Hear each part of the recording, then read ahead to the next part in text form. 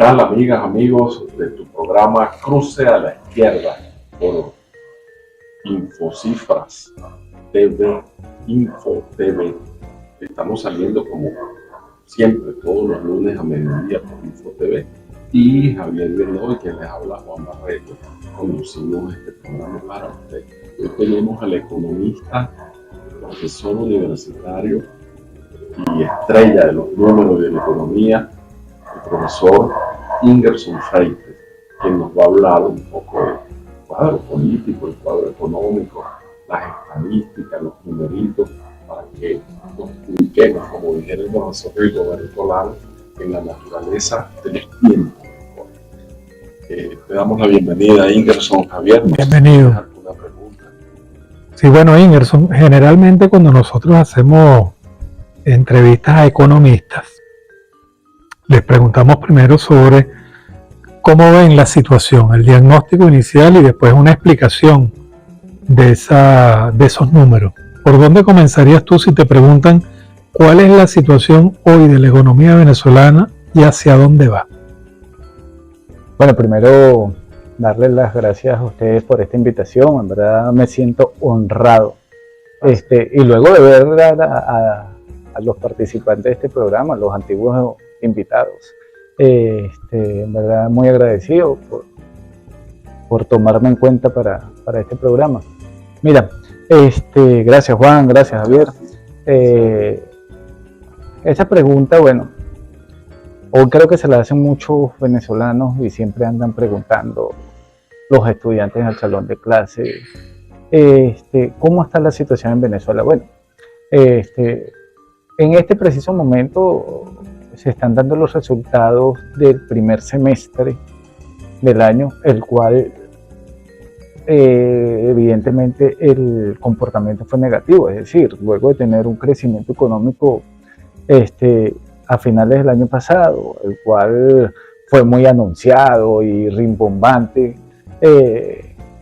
la economía un semestre después está dando un resultado totalmente contrario y era lo que se esperaba, porque el crecimiento económico del país el año pasado, que yo lo llamaba cierto dinamismo económico más que crecimiento, era producto de un rebote principalmente de la economía, luego de largos años de caída económica, y bueno, también algunas políticas económicas que tuvieron asociadas a la eliminación de la hiperinflación en Venezuela. No obstante, el gobierno dio unos pasos acertados, pero luego retrocedió con algunas políticas antiinflacionarias, como la aparición del impuesto de las grandes transacciones financieras. Eso limitó ese auge que venía teniendo, o esa confianza que venían teniendo algunos empresarios para dinamizar la economía.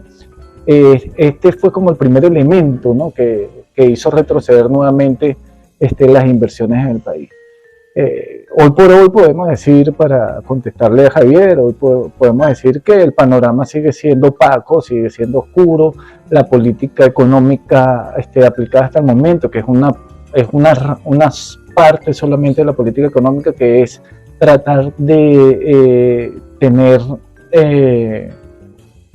en términos bajos la inflación sin utilizar otro tipo de instrumentos de la política económica. Lo que ha hecho es restringir el crecimiento, lo que ha hecho es afectar la dinamización de la economía y bueno, imagínate tener un encaje legal demasiado, casi 100%, no hay crédito, no hay nuevas inversiones, la economía prácticamente no va a arrancar con este cuadro que se tiene actualmente. Mira, Emerson, ¿cómo siente que la política económica, si es que hay alguna, es una política económica a retazo, como una colcha, ¿no?, un mantel de cuadro, como este mantel de cuadro que ustedes ven en sus pantallas de sus celulares, de sus dispositivos, o en por donde estén viendo este programa, ven este mantel, así como que es la política económica, pero menos colorida. es una política económica muy desteñida, muy opaca, como dices tú, que definirla en puntos concretos,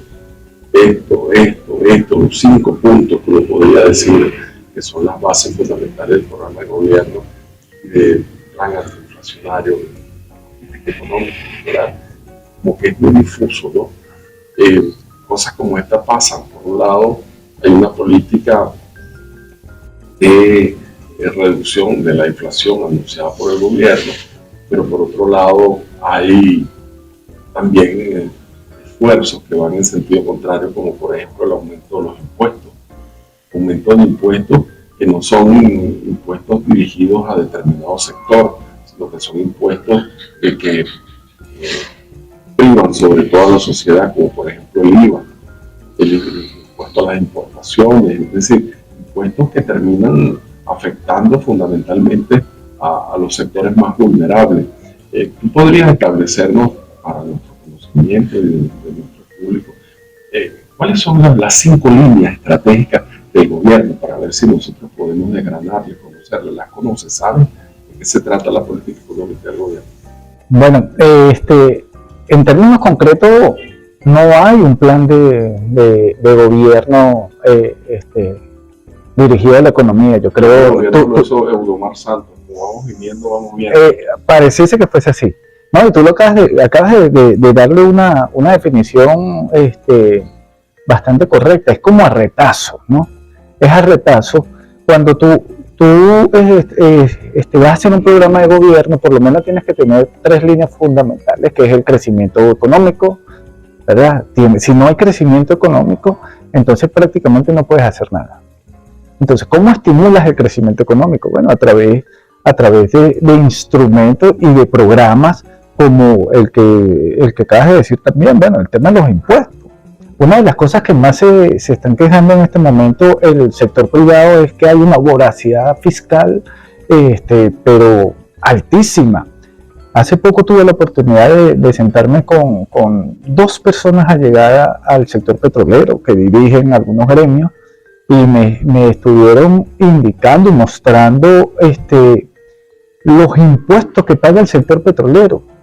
O las empresas privadas que se encargan de hacer la exploración, la producción asociadas a PDVSA, en comparación a otros países petroleros. Y Venezuela, bueno, no recuerdo mucho, pero creo que por lo menos Noruega, el nivel de impositivo de las empresas privadas es como el 52% sobre las ganancias. El de Venezuela está por 90%. Caramba. Sí, entonces, ¿cómo tú puedes generar confianza y cómo tú puedes estimular solo este sector, que de paso es el sector más importante de Venezuela? Pero no solo eso. Entonces, tú quieres atacar la inflación a través de un shock, porque es una política de shock, a través entonces de tener unos salarios totalmente deprimido, no consono, ¿no? Con lo que debería ser para estimular el consumo, que es fundamental, también otro elemento fundamental para dentro de un programa de gobierno. Tienes una política de encaje legal, como dije anteriormente, totalmente desfasada, donde no permites tampoco ningún tipo de crédito a sectores, ni siquiera a los propios emprendedores, el cual la mediática gubernamental habla mucho. Pero entonces, en sentido contrario, y ahí están los números, lo pueden ver en las cifras del Banco Central, hay un financiamiento gigantesco al gobierno a través del Banco Central. Entonces, a veces resulta contradictorio, pero allí está el problema. El problema es que estás tratando de parar la inflación, supuestamente por los salarios y por el consumo, pero estás financiando al gobierno y la liquidez monetaria viene creciendo, en los últimos 3 años sigue creciendo y todos los meses sigue creciendo. Entonces allí está el problema. Hay un problema de aplicación de la política o de diseño de la política económica. Entiendo que hay unos asesores externos que vinieron de Ecuador a Venezuela, pero es que yo creo que no hay nadie que pueda saber más de la economía venezolana que los propios venezolanos y que los propios economistas venezolanos, porque hemos sido una economía rentista durante muchos años y sabemos cuáles son los problemas principales. Pero resulta que pareciese que digamos, los órganos encargados de diseñar la política económica y de aplicar la política económica no escuchan a más nadie sino a estos asesores externos. Bien, bueno, vamos a identificar un momento a nuestra planta matriz, a Infocifra. Vamos a ver sus anuncios. Volvemos otra vez con Ingerson Freites, Javier Godoy, quien les habla, Juan Barreto, en este programa Cruce a la Izquierda. Ya venimos. Infocifrastv.com, vamos para arriba. Subimos 613.417 puestos en el Global Ranking Mundial de las páginas web. Y todo eso gracias a ustedes, los lectores de Infocifras TV. ¡Vamos para arriba! Hoy martes, a partir de la 1 de la tarde, usted tiene un encuentro con el Masterchef Carlos Fernández desde la cocina del Carso Restaurante. El Masterchef Carlos Fernández los recibe con sus nuevas recetas, nuevos programas a través de El Gigante en las redes infocifrastv.com. Martes 1 p.m. Carlos Fernández, Masterchef desde la cocina del Carso Restaurante.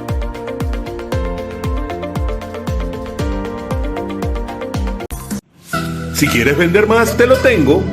Vamos a vender más. Con un punto Consulpago te cambiará la vida. ¿Le tienes miedo al éxito? Entonces atrévete a llevarte un punto de venta Consulpago. Te cambiará la vida. Seguros Constitución, 34 años innovando en seguros. Seguro Constitución, 34 años en el top 10 de las mejores aseguradoras de Venezuela. Seca Consultores, compañía anónima, 28 años, número 1 en bancos y seguros. Seca Consultores, compañía anónima, el mejor aliado de su marca para crecer. Asistanet es asistencia médica primaria. Asistanet con consultas médicas por especialidades y exámenes paraclínicos de otro nivel. Asistanet es asistencia médica primaria. Asistanet con consultas médicas por especialidades y exámenes paraclínicos de otro nivel. DentalNet, cuida tu salud bucal. DentalNet, para una sonrisa sana. Net Asistencia, 24 horas a tu servicio. Las grúas de Net Asistencia te acompañan y te asisten cuando más lo necesitas. Net Asistencia, un servicio de grúa de Seguro Constitución que viene con tu póliza Constiauto. Farmacia Botimarque, ahora es más fácil la farmacia en tu casa. Tú compras tus medicamentos por teléfono y el Delivery Express de Botimarque te lo lleva hasta tu casa. Visita nuestras redes sociales, suscríbete a nuestros canales y si te gustan nuestros videos, no olvides darle like. Seguimos en Cruce a la Izquierda con Javier Vierdó, Juan Barreto y nuestro invitado muy especial y de lujo esta semana, Ingerson Freites, economista, profesor universitario y analista político y económico. Ingerson, es por allí que hay un mal de las economías tercermundistas, dependientes, militares, de las economías de alguna manera dependen de un solo producto, de una sola exportación, como el caso nuestro, que la corrupción. Corrupción es un fenómeno que se da en países donde hay grandes volúmenes de recursos, el Estado no sabe y no puede administrarlos y los distribuye por la vía espuria, poco transparente de la corrupción. Pareciera que es un fenómeno universal, pero que Venezuela es el patrón marcador. Venezuela como que se ha especializado en esto, ¿no?, de la corrupción. Entonces, ¿cuánto afecta ¿Cuánto impacta la corrupción en el desenvolvimiento económico de la sociedad venezolana? Los maestros, cuando protestan por sus justos derechos, dicen en una consigna: no es solo el bloqueo, es el bloqueo del saqueo. ¿Será correcto esta consigna? ¿Qué le recomendamos entonces a la sociedad? ¿Cómo lees tú el fenómeno de la corrupción? ¿Qué impacto tiene? Mira, son muchas verdades que estás diciendo, Juan. Primero, voy a hacer ahí a parafrasear algo, ¿no? Yo en el programa de la materia que doy en la Universidad Central, en la Escuela de Economía de la Universidad Central, estoy trabajando en una línea de investigación sobre el estado de bienestar europeo. Y me ha tocado meterme adentro sobre los orígenes del estado de bienestar y el desarrollo y los diferentes estados de bienestar que hay en la Unión Europea, que no es generalizado, ¿no? Hay un estado de bienestar liberal como el de Reino Unido, hay un estado de bienestar nórdico, de los países nórdicos, el estado de bienestar mediterráneo, de Italia, España, y un estado de bienestar moderado de Australia, Austria, y tú ves que allí la clase política, y eso no quiere decir que, tal como tú le dices, que no haya corrupción, pero tú ves allí que la clase política de esos países tiene un marco constitucional que deben cumplir, ¿no? Y tienen unos objetivos principalmente de eso, de bienestar hacia la sociedad. Pareciese que en Latinoamérica los políticos se olvidaron de eso, y no sé si ustedes están de acuerdo conmigo, que de paso tienen mucha ventaja y tienen gran conocimiento en la política. Yo soy de los que creo que la política se debe tal como lo establecieron los padres o los verdaderos padres de la política, ¿no? Platón, Aristóteles y Sócrates. En Venezuela lo que ha pasado en los últimos años es que ha prevalecido la política desde el punto de vista de Maquiavelo, del poder, y entonces nos olvidamos que Platón habla del bienestar social como base fundamental de la política. Ahora en Venezuela tú escuchas a todos los políticos, a la mayoría de los políticos hablar del poder, y analistas políticos hablando del poder, y todo en función del poder. Para responder a tu pregunta, entonces, en ese marco, los políticos se olvidaron del bienestar y se preocupan por sus propios intereses. Entonces, cuando hablamos de sus propios intereses, obviamente estamos hablando de saltar todo el marco regulatorio de la utilización de los recursos, y por eso entonces que los recursos que se utilizan ahora desde el Estado, y evidentemente no es solamente en esta gestión de gobierno, pero se ha afincado más en esta gestión en los últimos años, que la utilización de los recursos no va en función al bienestar del pueblo, sino a los intereses de los propios políticos y peor aún, tratar de mantenerse en el poder.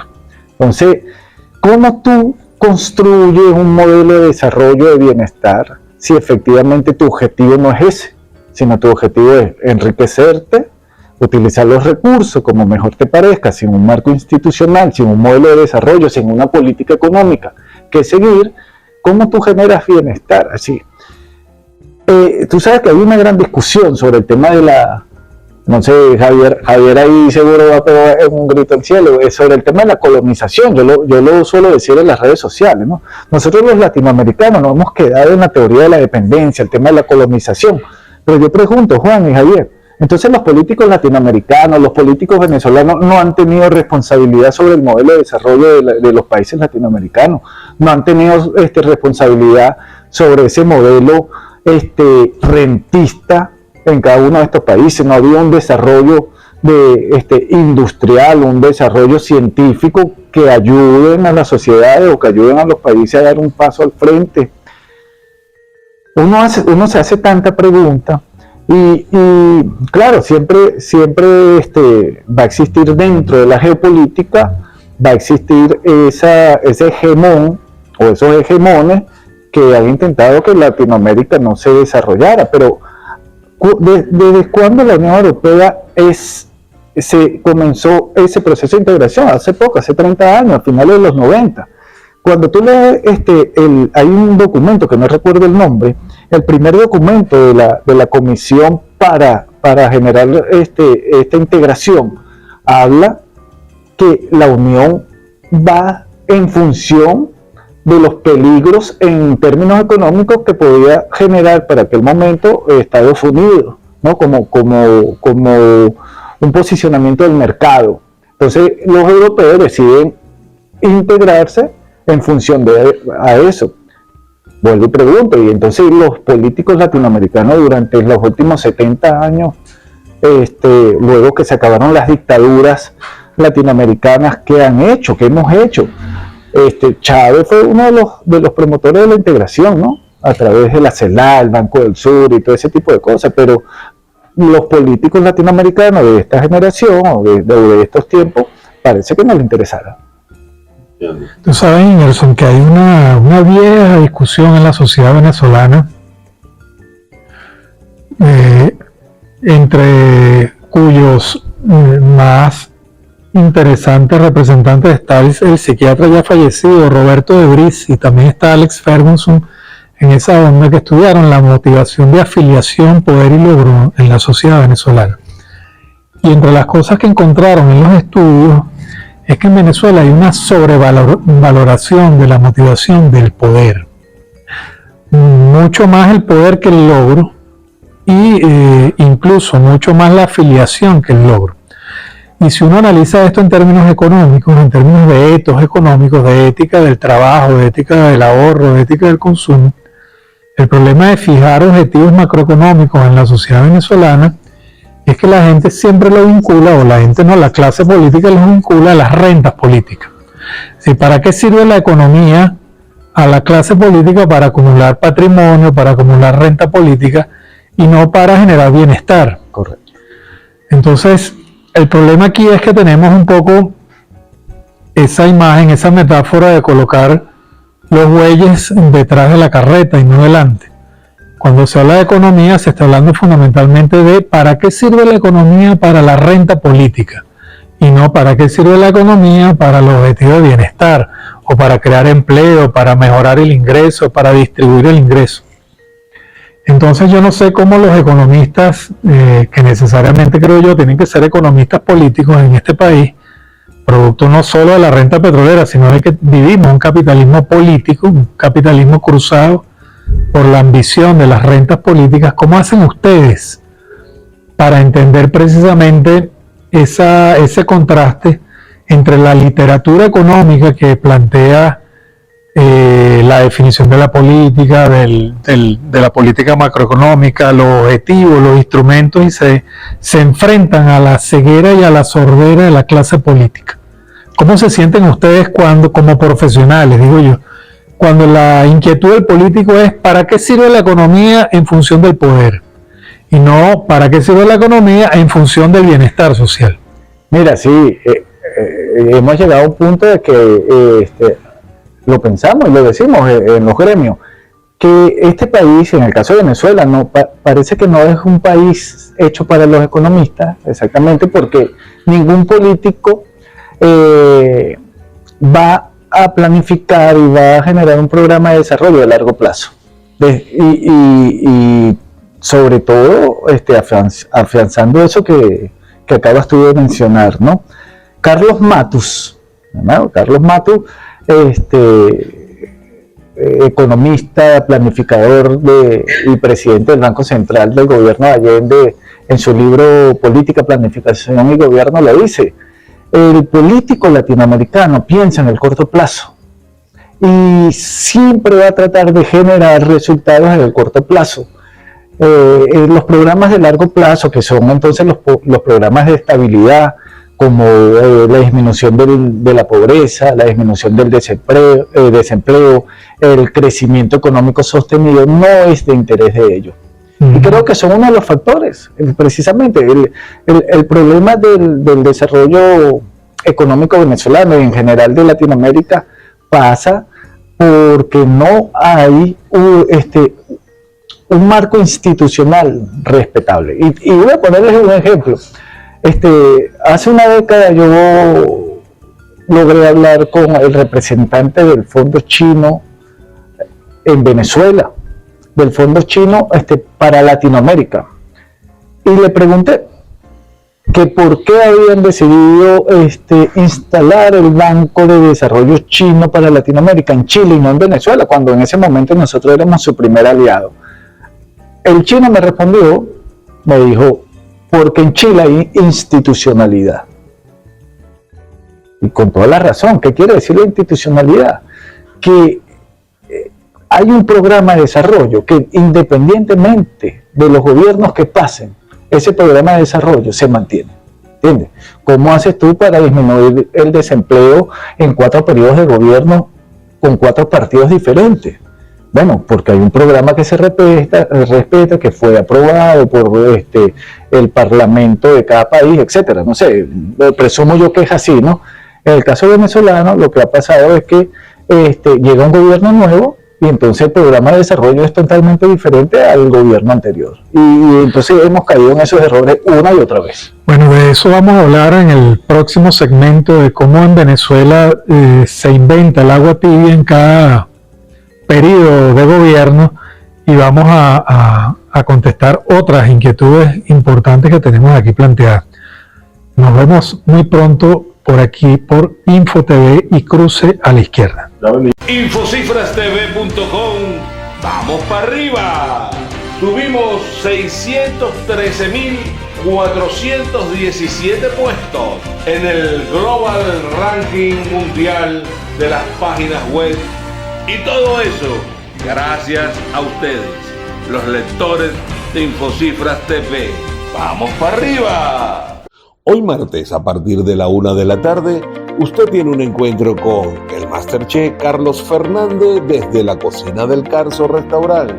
El Masterchef Carlos Fernández los recibe con sus nuevas recetas, nuevos programas a través de El Gigante en las redes infocifrastv.com.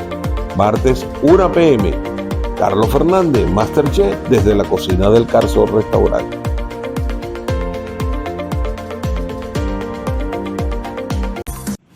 Si quieres vender más, te lo tengo. Vamos a vender más. Con un punto Consulpago te cambiará la vida. ¿Le tienes miedo al éxito? Entonces atrévete a llevarte un punto de venta Consulpago. Te cambiará la vida. Seguros Constitución, 34 años innovando en seguros. Seguro Constitución, 34 años en el top 10 de las mejores aseguradoras de Venezuela. Seca Consultores, compañía anónima, 28 años, número 1 en bancos y seguros. Seca Consultores, compañía anónima, el mejor aliado de su marca para crecer. Asistanet es asistencia médica primaria. Asistanet con consultas médicas por especialidades y exámenes paraclínicos de otro nivel. Asistanet es asistencia médica primaria. Asistanet con consultas médicas por especialidades y exámenes paraclínicos de otro nivel. DentalNet, cuida tu salud bucal. DentalNet, para una sonrisa sana. Net Asistencia, 24 horas a tu servicio. Las grúas de Net Asistencia te acompañan y te asisten cuando más lo necesitas. Net Asistencia, un servicio de grúa de Seguro Constitución que viene con tu póliza Costi Auto. Farmacia Botimarque, ahora es más fácil la farmacia en tu casa. Tú compras tus medicamentos por teléfono y el Delivery Express de Botimarque te lo lleva hasta tu casa. Visita nuestras redes sociales, suscríbete a nuestros canales y si te gustan nuestros videos, no olvides darle like. Y seguimos con Ingerson Freites aquí en Cruce a la Izquierda por InfoTV. Ingerson, hay unas preguntas que son, vamos a decir, impelables para un economista. Una es, ¿tú crees que se está resolviendo el tema inflacionario o se está agravando? La segunda, ¿tú crees que para el año que viene, que Venezuela va a enfrentar el reto electoral y fuentes que no vamos a revelar dicen que el gobierno piensa sacar dinero a la calle, esas medidas para tratar de ganar las elecciones con el voto utilitario son favorables o contraproducentes para la estabilización económica? Bueno, la primera pregunta, evidentemente cuando vemos los resultados de inflación, que por cierto sacó el Banco Central hace poco, la inflación sigue siendo el principal problema de la economía venezolana. Tenemos una inflación de 400% anualizada, siendo la segunda a nivel mundial, creo. Ya eso es un problema, pues evidentemente sigue siendo un problema con todo y la política de shock que está aplicando el gobierno en términos salariales y en términos de encaje legal, ¿no? Fíjate, te voy a interrumpir. En Europa, en particular en España, en la campaña electoral se discutía que había un fracaso de la política española porque la inflación era de 2%. Tú me estás hablando de 400, ¿cuánto por ciento en Venezuela? 400 y tanto, 410% anualizada. Entonces, ¿cómo hacer con una economía con esa cifra de inflación para que se reactive? Bueno, y que no solo eso, le estás agregando ese punto, con una inflación del 400% y una economía totalmente paralizada, ¿no? Tiene que haber un programa de gobierno, es que no hay un programa de gobierno en términos económicos y sobre todo con las variantes macroeconómicas que permita no solo generar la confianza, sino que, bueno, ir evaluando trimestralmente cómo han sido los resultados. De paso que no hay publicaciones de cifra desde hace muchísimo tiempo, solo las más, digamos, conocidas como el indicador de la inflación, el indicador del Producto Interno Bruto, pero por lo menos no sabemos cómo es el presupuesto nacional, cómo se utiliza el presupuesto nacional, dónde están a dónde están parando esos recursos por ingresos de impuestos, ingresos de venta de petróleo, ingresos de otro tipo de exportaciones que se están haciendo. Entonces, es difícil sin esa cifra poder estimar cómo va a ir la economía en los próximos meses. Esa era la primera pregunta, ¿no? La segunda pregunta es electoral, ¿no? Yo sí creo que el gobierno va a sacar dinero a la calle como lo ha hecho en los últimos años en tiempos de elecciones, y si no hay una reactivación del aparato productivo, evidentemente eso va a influir en el núcleo inflacionario y va a disparar la inflación. Y si lo hacen solamente con el objetivo meramente electoral, eso es lo que va a pasar. Mira, nosotros hemos entrevistado aquí a varios economistas que han amablemente accedido a participar con nosotros. Entre ellos Víctor Álvarez, que tiene un libro reciente sobre las medidas coercitivas unilaterales contra Venezuela, que uno llama comúnmente las sanciones. Y Víctor Álvarez allí hace un largo recuento de cuánto ha dejado de percibir Venezuela y de cuánto ha perdido, particularmente PDVSA. Ahora bien, esa también ha sido como el comodín del gobierno para justificar el fracaso económico. Año tras año, el gobierno renueva la emergencia económica. Anda a la Asamblea Nacional un decreto ley presidencial donde se renueva la emergencia económica porque, según el gobierno, estamos en una guerra económica. ¿Habrá posibilidades, que tú hablas y coincidido en eso, no hay un plan, pareciera que no hay un plan económico, ¿no? Hay mucha improvisación? Ahora, ¿puede haber un plan económico? ¿Se puede hablar de un plan de desarrollo a pesar de las sanciones? Entiendo un poquito más con tu permiso. Irán tiene paquete de sanciones. Venezuela tiene unas 900 sanciones, las sanciones personales, individuales, las sanciones económicas, pero Irán tiene más de 3.000 sanciones, paquetes de sanciones donde están mucho más perversos. Corea del Norte tiene también un paquete de sanciones. Siria tiene un paquete de sanciones que pesa sobre su economía, gravita sobre su economía.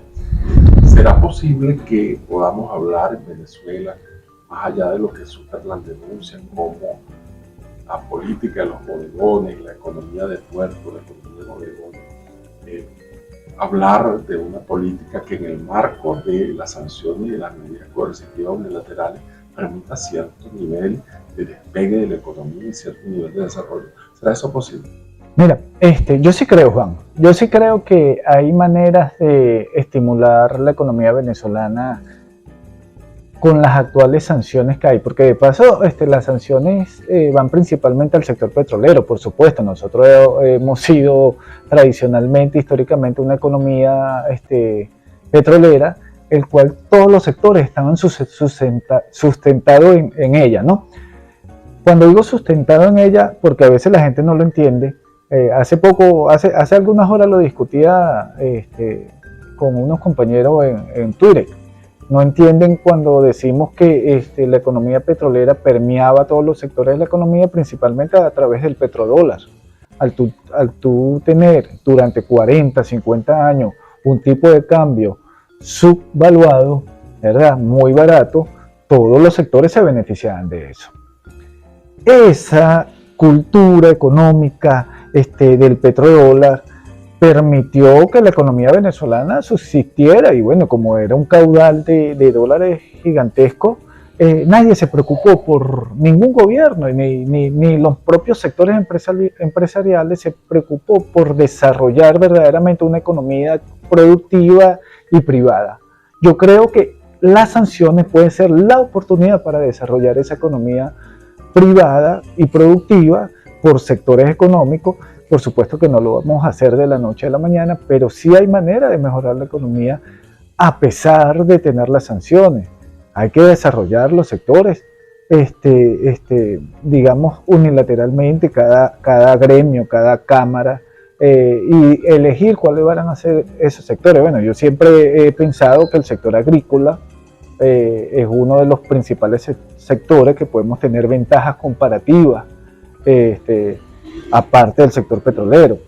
El sector de la construcción o todo ese ramo de la construcción que fue, y podemos poner el ejemplo del programa de desarrollo de Keynes en 1930, ¿verdad?, cuando en plena crisis hubo un gran programa de obras públicas que permitió reactivar el empleo, y a su vez entonces al reactivar el empleo reactivaste el consumo. Entonces, bueno, hay que hacer el estudio, por supuesto, hay que hacer el análisis, pero hay que hacerlo, pero no lo puedes hacer con dos personas en un despacho, claro, obviando las escuelas.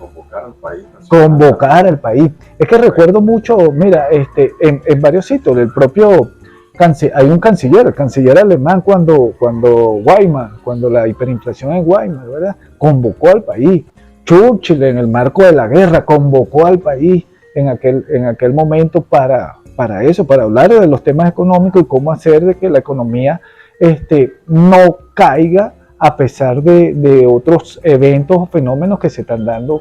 En el caso de Venezuela es un fenómeno político, que es el tema de las sanciones, y el fenómeno económico, que no hemos podido dar soluciones satisfactorias en estos últimos 10 años. Mira, vamos a venir ahorita, no se vayan, se pone bueno para mejor. Ingersoll Paper, Daniel Bro, quien les habla Juan Barreto, aquí en Cruce a la Izquierda, con Info TV. Ya venimos. Infocifrastv.com, vamos para arriba. Subimos 613.417 puestos en el Global Ranking Mundial de las páginas web. Y todo eso gracias a ustedes, los lectores de Infocifras TV. ¡Vamos para arriba! Hoy martes, a partir de la 1 de la tarde, usted tiene un encuentro con el Masterchef Carlos Fernández desde la cocina del Carso Restaurant. El Masterchef Carlos Fernández los recibe con sus nuevas recetas, nuevos programas a través de El Gigante en las redes infocifrastv.com. Martes 1 p.m. Carlos Fernández, Masterchef desde la cocina del Carso Restaurant.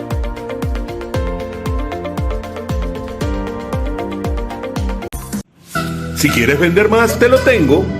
Vamos a vender más. Con un punto Consulpago te cambiará la vida. ¿Le tienes miedo al éxito? Entonces atrévete a llevarte un punto de venta Consulpago. Te cambiará la vida. Seguros Constitución, 34 años innovando en seguros. Seguro Constitución, 34 años en el top 10 de las mejores aseguradoras de Venezuela. Seca Consultores, compañía anónima, 28 años, número 1 en bancos y seguros. Seca Consultores, compañía anónima, el mejor aliado de su marca para crecer. Asistanet es asistencia médica primaria. Asistanet con consultas médicas por especialidades y exámenes paraclínicos de otro nivel. Asistanet es asistencia médica primaria. Asistanet con consultas médicas por especialidades y exámenes paraclínicos de otro nivel. DentalNet, cuida tu salud bucal. DentalNet, para una sonrisa sana. Net Asistencia, 24 horas a tu servicio. Las grúas de Net Asistencia te acompañan y te asisten cuando más lo necesitas. Net Asistencia, un servicio de grúa de Seguro Constitución que viene con tu póliza Constiauto. Farmacia Botimarque, ahora es más fácil la farmacia en tu casa. Tú compras tus medicamentos por teléfono y el Delivery Express de Botimarque te lo lleva hasta tu casa. Visita nuestras redes sociales, suscríbete a nuestros canales y si te gustan nuestros videos, no olvides darle like. Regresamos aquí a Cruce a la Izquierda y tenemos un debate interesante que cuando fuimos al negro, a la publicidad, continuó la intervención. Yo te quería hacer una pregunta, un comentario, una reflexión ligera. Estaba leyendo esta mañana un articulista que decía que Venezuela se parecía a un chiste gallego que ya voy a echar. Un día del padre, y hay un gallego que está sintonizando un canal de radio y abren el micrófono a la participación del público y el gallego llama porque se va a ganar un premio. Y entonces le pregunta el moderador del programa, ¿cómo se llama usted, fulano de tal? Y Javier Freite. Y entonces, señor Freite, díganos una cosa, ¿cuántos hijos tiene? Aproximadamente 7. 6, 7 hijos. Pero, ¿cómo es eso? Le dice el moderador. 6 o 7. Ya, esperen un momentico. María, ven acá. Y llama a la mujer. ¿Cuántos hijos que nosotros tenemos? Le dice 5. 5. ¿Estás segura? Claro, mi amor, 5. Son 5. Ok, son 5. Ya contestó bien la primera pregunta. Ahora, vamos a la segunda pregunta. A ver si ustedes se ganan el gran premio. ¿Cuántos varones y cuántas hembras? Bueno, también ahí tendría que sacar un promedio, ¿no? Porque hay unos cuantos de cada sexo. María, ¿cuántos varones y cuántas hembras tenemos? Amor, todas son hembras. Todas como que son hembras. Me están afirmando aquí, me están dando el dato que todas son hembras. Muchas gracias, señor. Lo volvemos a llamar más tarde. Entonces, así es que el Estado, decía el lista que citaba este chiste gallego que me pareció muy bueno. Así es el Estado con la economía, ¿no? Tú le dices, ¿cuánta es la producción petrolera? Bueno, más o menos unos 700,000 barriles, más o menos, puede ser más, puede ser menos. Y quien termina dando la cifra siempre es OPEP. Pero el gobierno no da cifra. El Banco Central tiene años que no da cifra. Y el artículo viene a cuento porque decía este analista que es un privatizador, decía que Venezuela, en comparación con otros países, por el caso de Brasil, de Colombia, de Estados Unidos, tiene más o menos entre 1.000 y 2.000 empresas estatales. No se sabe el número. Hay una fundación que se llama Transparencia Venezuela que dice que tiene 1.200.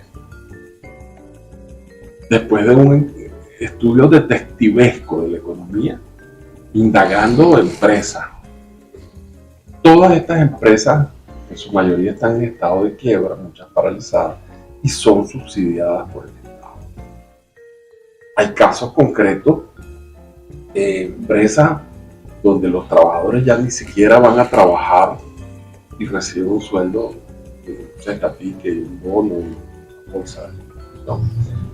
Entonces, ponía el caso de Brasil, que tiene 117, recuerdo el número, de empresas estatales. Estados Unidos también, por orden de las 113, siendo una de las primeras economías, ¿no? Entonces, ¿qué hacer? ¿Qué hacer? Privatizamos todo eso, nos dejamos de tonterías y de peleadas, y salimos a privatizar todas esas empresas, se hace un estudio. ¿Qué hacer con ese peso muerto que tiene el Estado? En algún momento pensó el camino del desarrollo del capitalismo de Estado, que de alguna manera todavía como que se aferra a esa nostalgia. Estamos en la onda privatizadora, ¿tú qué dices? Mira,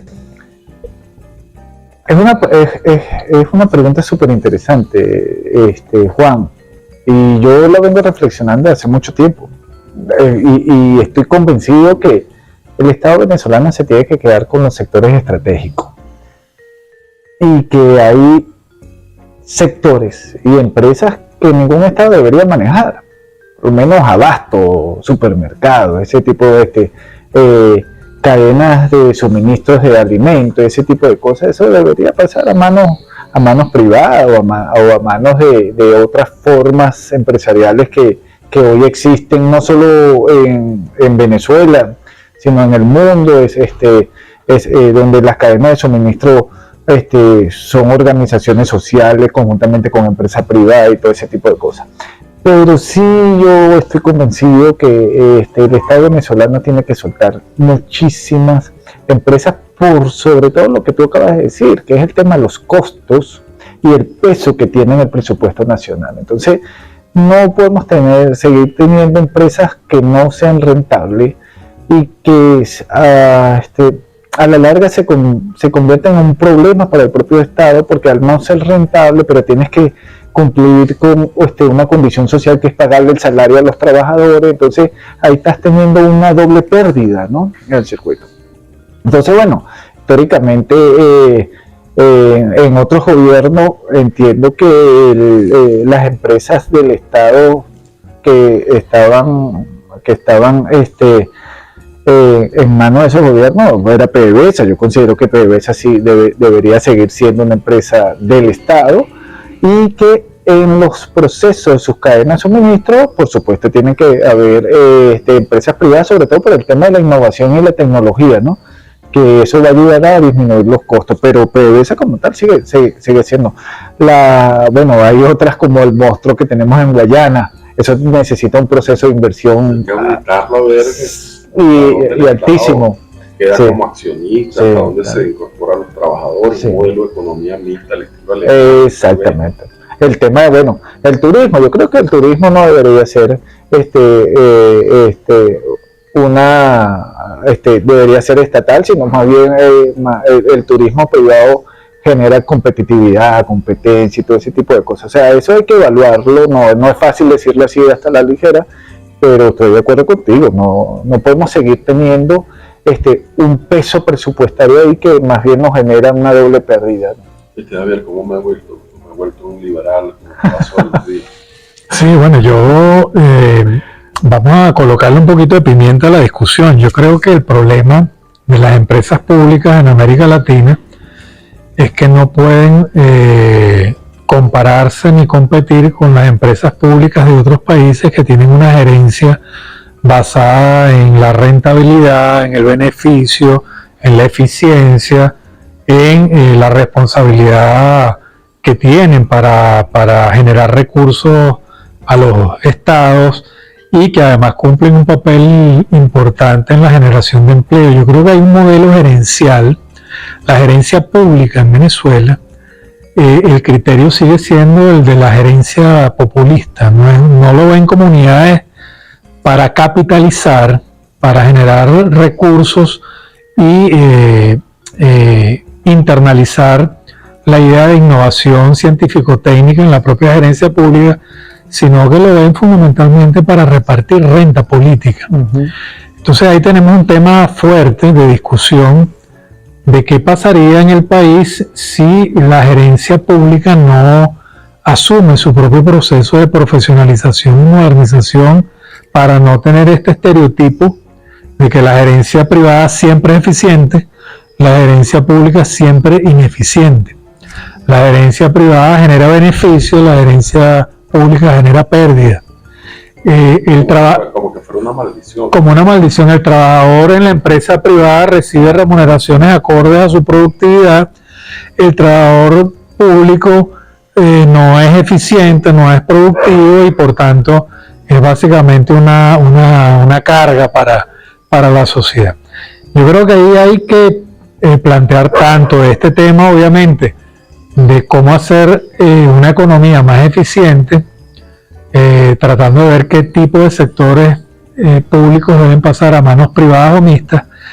Y lo otro es cómo imaginar al Estado venezolano que ya no sea un Estado de rentas políticas, sino un Estado que permita el desarrollo y el bienestar. Pues yo creo que hay un modelo de Estado enquistado en nuestros cerebros sociales que sigue siendo un Estado básicamente de redistribución clientelar de la renta. No hemos salido de ahí, a pesar de todos los discursos. ¿Qué implicaría eso, Juan? Yo te diría que la administración pública tiene que tener carrera profesional. La función pública no puede estar vinculada simplemente a una clientela electoral.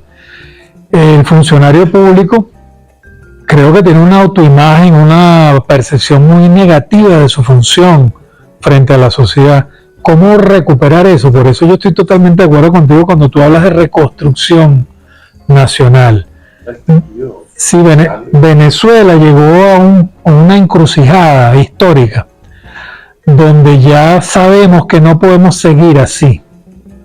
Entonces, ¿qué hacer con las nuevas generaciones, con los diferentes agentes económicos, con los diferentes actores sociales, políticos, estatales, para efectivamente reconocer que lo hemos hecho mal y que tenemos que hacerlo de una manera completamente distinta?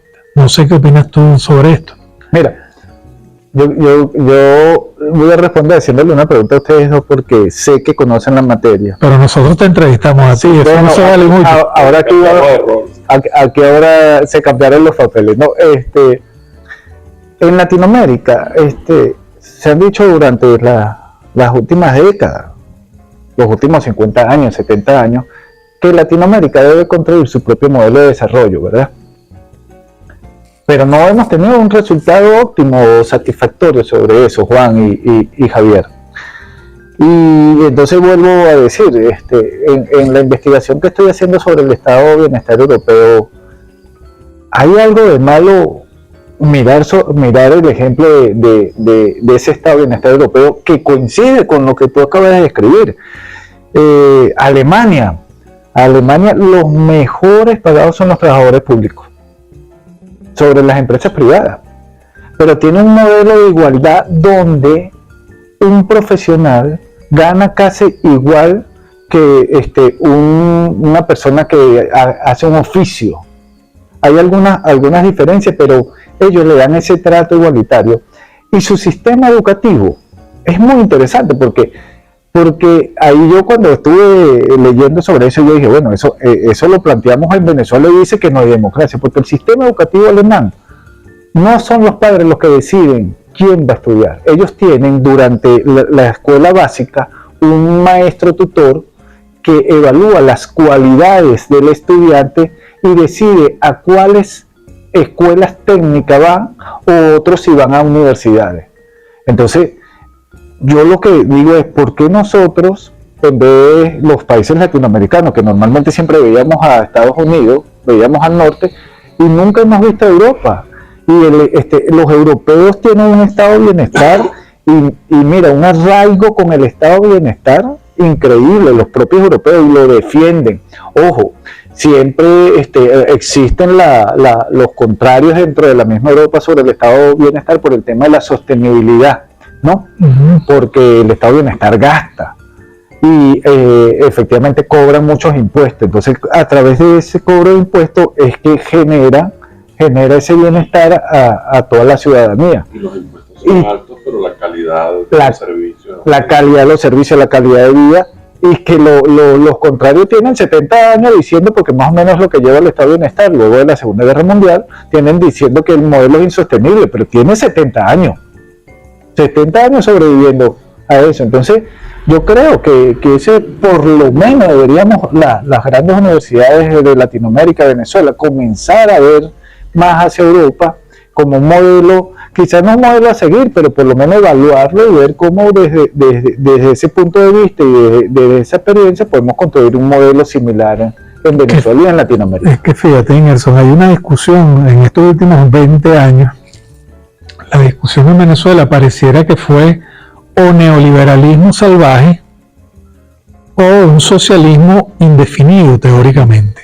Socialismo que tenía el gran riesgo de recaer en las viejas experiencias de los socialismos burocráticos que conocimos y que fracasaron. Con el estatismo populista tropical. Tropical, con una mezcla así, alineada con ese estatismo populista. Pero lo que tú dices es muy cierto, porque nosotros, bueno, es prácticamente un hecho conocido que lamentablemente para los venezolanos en Noruega siguieron mejor los consejos del Fondo de Estabilización, ¿no? Sí, del Fondo de Estabilización, y no en Venezuela. Es decir, que los llamados profetas del desastre en Venezuela fueron escuchados en otras latitudes, y allá sí Pérez Alfonso tuvo una recepción positiva. En el caso venezolano era visto como un agorero del desastre que no entendía hacia dónde debería ir la economía. Entonces yo compro esa idea tuya, yo creo que Juan también, que nosotros tenemos que estudiar experiencias exitosas en diferentes terrenos, esa es la palabra, económicos, políticos, institucionales, jurídicos, y ver cómo podemos aprender de lo bueno de otras experiencias sin necesidad de quedarnos en un embudo o repetir las nefastas experiencias del socialismo estatista burocrático o las nefastas experiencias también del neoliberalismo salvaje, que en ningún otro país del mundo se sigue ensayando eso. La propia Constitución habla de un Estado social de derecho y de justicia, tal cual, el cual nosotros deberíamos interpretar como un estado de bienestar, más allá de las ideologías socialistas, capitalismo, neoliberalismo. ¿Qué significa para nosotros un Estado social de derecho y de justicia? Aquí se creó en los tiempos de Jordania una escuela de gerencia social, de gerencia pública, y nuestra Constitución habla de una economía mixta, de un tercer sector de la economía que sería el sector social de la economía productiva, sobre la base del cooperativismo, sobre la base de las empresas sociales, de producción y de servicios. Ese sector nunca ha sido explotado. Siempre se ha pensado en el Estado como productor y dueño de propiedad productiva, y el sector privado, el sector público y el sector privado. Pero el tercer sector de la economía, que podría ser un dinamizador, que podría ser, en el caso de Alemania, yo se lo decía en estos días a un grupo de amigos que son obreros de Corpolia, le decía, pero ¿por qué no proponen el modelo de gestión pública alemán? Porque hay una crisis de gestión de los servicios, y el modelo de gestión pública del sistema eléctrico alemán es integrado desde el punto de vista social. Los trabajadores, la empresa privada y el Estado participan en una mesa de gerencia que es la que permite que los servicios funcionen. En fin, yo creo que hay mucha tela por cortar y mucho trabajo para ustedes los economistas. De esta manera, María y Wilfredo, de esta manera ustedes, queridos amigos, han llegado con nosotros al final de este programa interesantísimo. Esperamos que, Ingerson, puedas tener en otro momento la cortesía con nosotros, cosa que te vamos a agradecer, de participar en otro programa, porque se quedaron como muchas cosas, ¿no?, en el tintero. ¿Qué te parece? Sí, vale, totalmente de acuerdo. Y así ayudamos a construir o aportar a lo que va a ser la Venezuela del futuro. Estoy totalmente de acuerdo. Bueno, gracias, Emerson. Bueno, amigos y amigas, nos vemos en la próxima oportunidad por acá por InfoTV con ese programa que Juan dice a veces que se llama Giro a la Izquierda, pero se llama Cruce a la Izquierda. Por la canción Giro. Chao.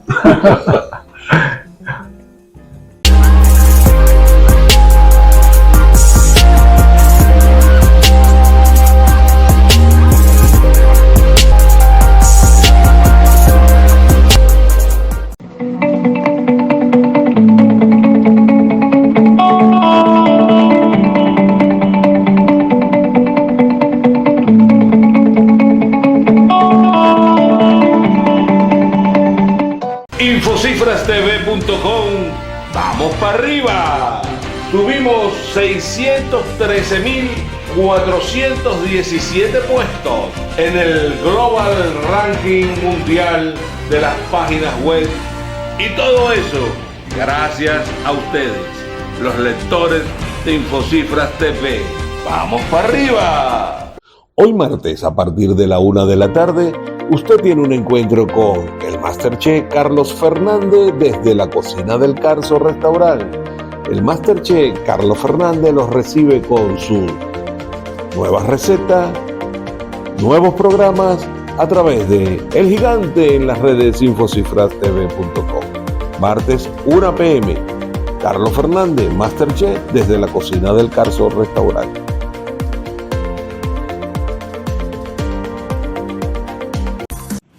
Si quieres vender más, te lo tengo. Vamos a vender más. Con un punto Consulpago te cambiará la vida. ¿Le tienes miedo al éxito? Entonces atrévete a llevarte un punto de venta Consulpago. Te cambiará la vida. Seguros Constitución, 34 años innovando en seguros. Seguro Constitución, 34 años en el top 10 de las mejores aseguradoras de Venezuela. Sega Consultores, compañía anónima, 28 años, número 1 en bancos y seguros. Sega Consultores, compañía anónima, el mejor aliado de su marca para crecer. Asistanet es asistencia médica primaria. Asistanet con consultas médicas por especialidades y exámenes paraclínicos de otro nivel. Asistanet es asistencia médica primaria. Asistanet con consultas médicas por especialidades y exámenes paraclínicos de otro nivel. DentalNet, cuida tu salud bucal. DentalNet, para una sonrisa sana. Net Asistencia, 24 horas a tu servicio. Las grúas de Net Asistencia te acompañan y te asisten cuando más lo necesitas. Net Asistencia, un servicio de grúa de Seguro Constitución que viene con tu póliza Costi Auto. Farmacia Botimarque, ahora es más fácil la farmacia en tu casa. Tú compras tus medicamentos por teléfono y el Delivery Express de Botimarque te lo lleva hasta tu casa. Visita nuestras redes sociales, suscríbete a nuestros canales y si te gustan nuestros videos no olvides darle like.